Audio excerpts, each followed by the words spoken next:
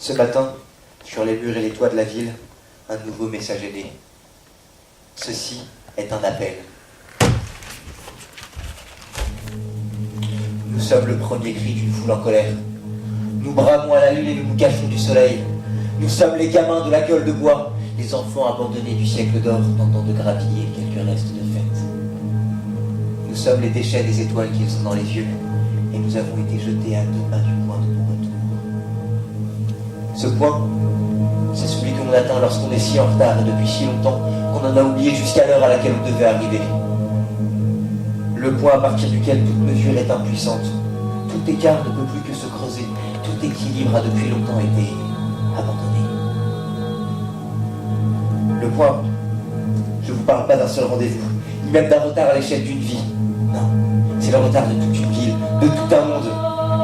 Je vous parle du point à partir duquel les élus de notre ville attablés devant la seconde entrée de leur repas devisent en riant sur notre avenir, sur celui de la rue. Comment pourrait-il encore se rendre compte? La ville est un bloc qu'on a posé là parce que la terre voulait bien l'accueillir. Un bloc qui s'est accroché et qui s'enfonce petit à petit dans le sol. Les racines cavent l'attachent trop profondément pour qu'on puisse s'en arracher. Amarré, on peut peut-être grandir, mais on ne peut plus avancer.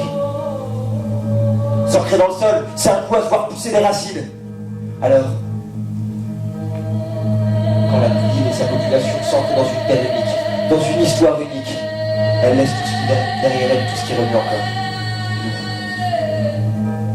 Parce que nous continuons de parcourir les chemins. Parce que nous n'avons plus d'autre but que de vivre. Parce que nous sommes l'homo migratus, brassés pendant des années en fût de chienne. Parce que nous fermentons. Et bientôt nous serons matures. Alors nous pourrons enfin marcher sans avoir le regard baissé par le poids des hontes et de la haine. Dédaignons toute fixité, tout socle auquel on pourra nous atteler. Construisons, bâtissons, déplaçons, vivons, enfin vivons. Non pas parce qu'on nous aura accordé une petite place pour le faire comme une faveur, non, parce que notre place est partout. Nous ne pouvons plus, nous ne voulons plus, nous ne devons plus nous enliser dans les ruelles sombres. Réclamons la place qui nous est due. Bâtissons enfin avec notre corps notre propre monde. Car je suis ma maison, nous sommes notre abri, et nous vivons notre refuge nuit après nuit. Il est enfin venu le jour où les gamins de la gueule de bois prendront part à la fête.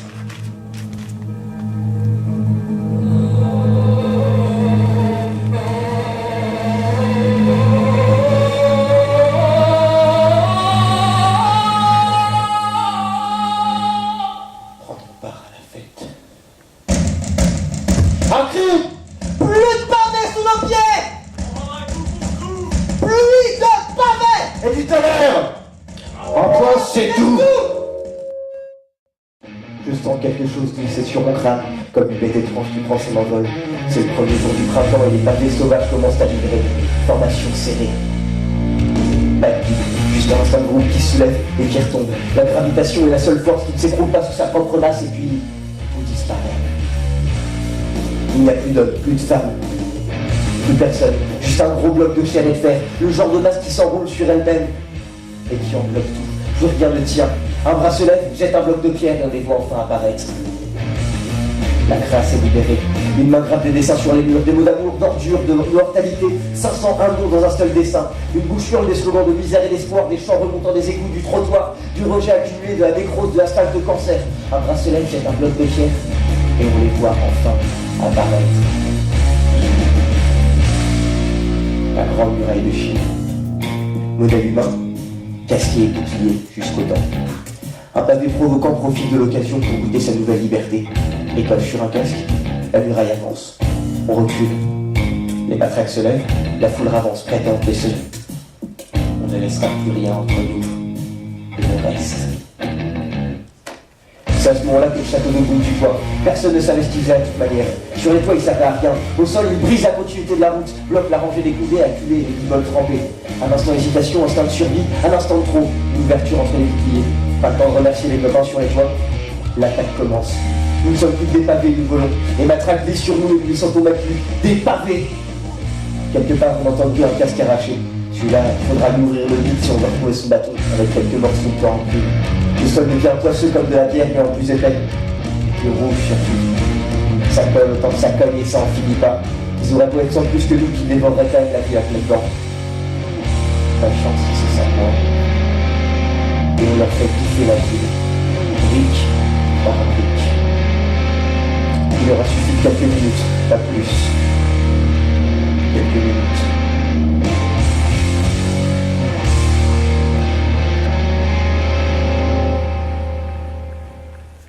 Goûtant l'ensemble s'éparpille dans les rues sans se rendre compte qu'on est devenu plus con qu'une poignée de gros primates. Lutin devient bâton, pas de pitié, la matraque c'est la paresse de la pensée. Crac, râle, mal. Les cris s'envolent comme des coups de trick, hurlements hystériques et la zone est vidée, lessivée par le sang stupide. Je cautionne rien mais j'en colle pas moins. Réfléchir c'est un coup à s'engourdir et puis se laisser bouffer par la pensée. Y a plus rien qui compte que de frapper, avancer, frapper, oublier, frapper, recommencer. De si dur la vie nous semble tout à coup molle, avec des petits couinements sous nos pieds. Chaque pavé fait le bruit de Dieu qu'on écrase, chaque verse effondrant fait le bruit, les estomacs nous dévident. Toute vie a un bruit, un goût, une odeur de mort. Nous sommes les putréfactions qui lavent encore le corps de la ville, longtemps après qu'elle soit tombée. Pas de pitié pour la caillasse, cœur de pierre au milieu de sa dernière guerre d'une trace de sang frais.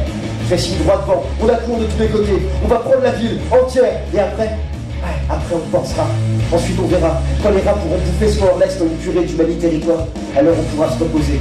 Pour l'instant, on est tellement occupé à cogner qu'on regarde même plus qui est en face. Une bataille c'est une mêlée, alors on battra autour de nous et on se pose plus de questions.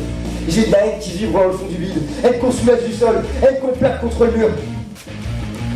Haine qu'il faut soulever, qu'il faut chercher loin, dans le fond du ventre pour l'arracher, au couteau et au marteau. La possède et tombe, et puis je me marre en voyant tout ça, avant de me rendre compte que le sang que j'ai sur les ponts, c'est le mien.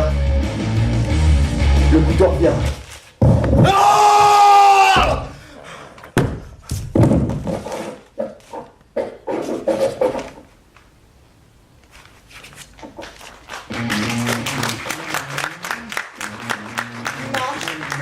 Se perdent, et cela avec les souffles.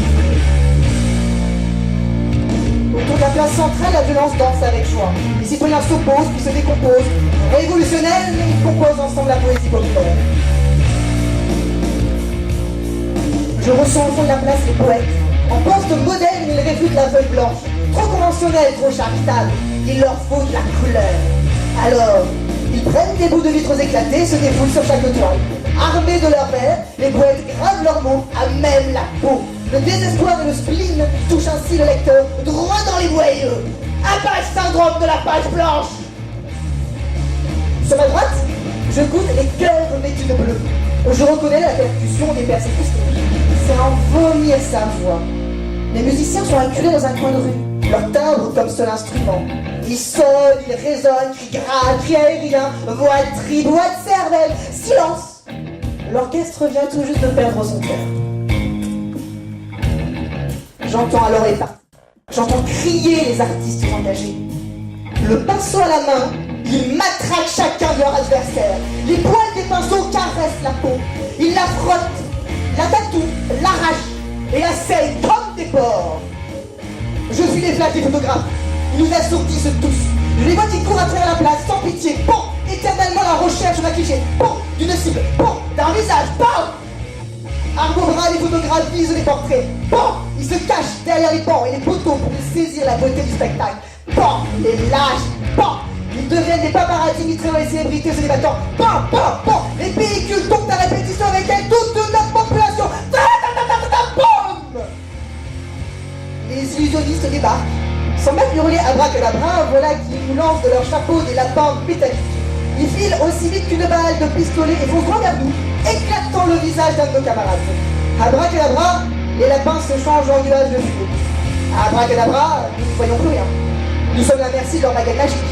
Abracadabra, nous sommes écroulés sur leur sortilège. Lorsque la brume des fumigènes se dissipe autour de nous, abracadabra, une bonne cinquantaine de disparus, une bonne cinquantaine de révolutionnaires sont morts. Leur âme ayant quitté leur corps.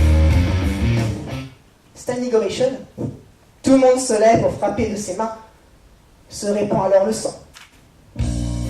L'encens alors lui répond. Autour de la place centrale, son parfum danse avec joie. Il s'oppose et domine celui des démembrés. Attendrissant, il évince rapidement l'odeur des morts.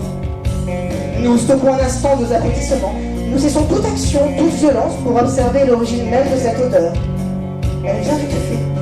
Une fille d'à peine 16 ans se tient sur le bord d'une fontaine. Dans son poing levé se tient une brindille émanant un sort volatile. Un bâton d'encens. C'est elle qui est à l'origine de ce sort apaisant, elle qui perturbe complètement le poème populaire. Son regard n'exprime aucun jugement, aucun dégoût, aucune haine, juste la simple envie de taire une odeur pestilentielle, de rendre service. Son regard me pétrifie. Je n'ose plus bouger, nous n'osons plus bouger. CRS comme révolutionnaire, tout le monde se fiche devant la gavroche. Nous ne savons pas quoi faire. Le dos de la baguette nous soumet à l'immobilité et au silence absolu. Que faire? Sourire? Souffrir? De son sac à main, voilà qu'elle sort plusieurs bâtons d'encens. Elle est envers nous. Elle ne les donne autant aux révolutionnaires qu'aux agents de l'ordre. Nous les prenons et les allumons. Voilà nos torches. Néanmoins, son regard nous pétrifie toujours. Nous restons là, tels des idiots, à regarder la jeune fille. Que faire?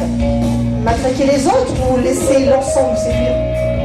Nous ne pouvons plus continuer le massacre. Nous avons de l'encens sur les mains. Comment veux-tu matraquer quelqu'un avec un bâton d'encens? C'est pas possible!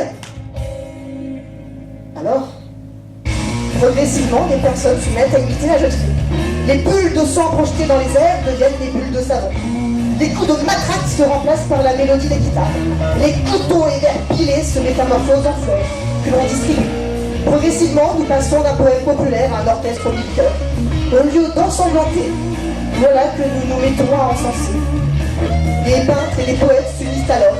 Ils réfutent toujours la feuille blanche. Au lieu de peindre les peaux, voilà qu'ils peignent les murs. Leurs armes deviennent des instruments de création. Ils gravent les façades de poèmes inspirants. Ils tatouent la ville de mots d'amour. Ils ne matraquent plus les musiciens, mais les aident au contraire à clamer leur titre. De ces groupes laissent des grains, des poèmes, des chants, et même de la musique. Le ciel se met à boucaner. Les fumigènes ne servent plus à nous aveugler. Au contraire, les lapins de métal jouent les astronautes. Ils partent toucher les étoiles avant de disparaître dans des nuages de fumée colorée. Les illusionnistes, avec l'aide de quelques peintres inventifs, ont créé des fumées multicolores. Les explosions forment des nuages arc-en-ciel. Boum, boum, boum. Les CRS nous offrent le plus incroyable des feux d'artifice. C'est là que je la sens se déplacer. La jeune Gavroche déballe des rues. Nous la suivons. Nous ne savons pas pourquoi nous la suivons, mais nous la suivons. Et d'un orchestre symphonique, nous devenons nos parades, les BM. Un gigantesque concert mobile invitant tout passant, tout habitant, à rejoindre notre cortège.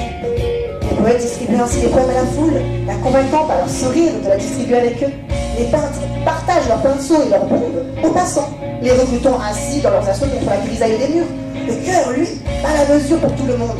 Et surtout, nous propose un concerto entraînant. C'est entraînant qui séduit le cœur des citoyens à le rejoindre. Enfin, dans le ciel, les fumigènes colorent l'obscurité au point d'en jalouser les étoiles. Tous ensemble, CRS comme révolutionnaires, nous chantons, nous peignons, nous clamons, nous observons le ciel ténébreux retrouver ses couleurs. La fanfare s'agrandit, sans jamais se stopper. Et comme toujours, nous marchons, nous perdons, et cela fait que la vie nous sourit.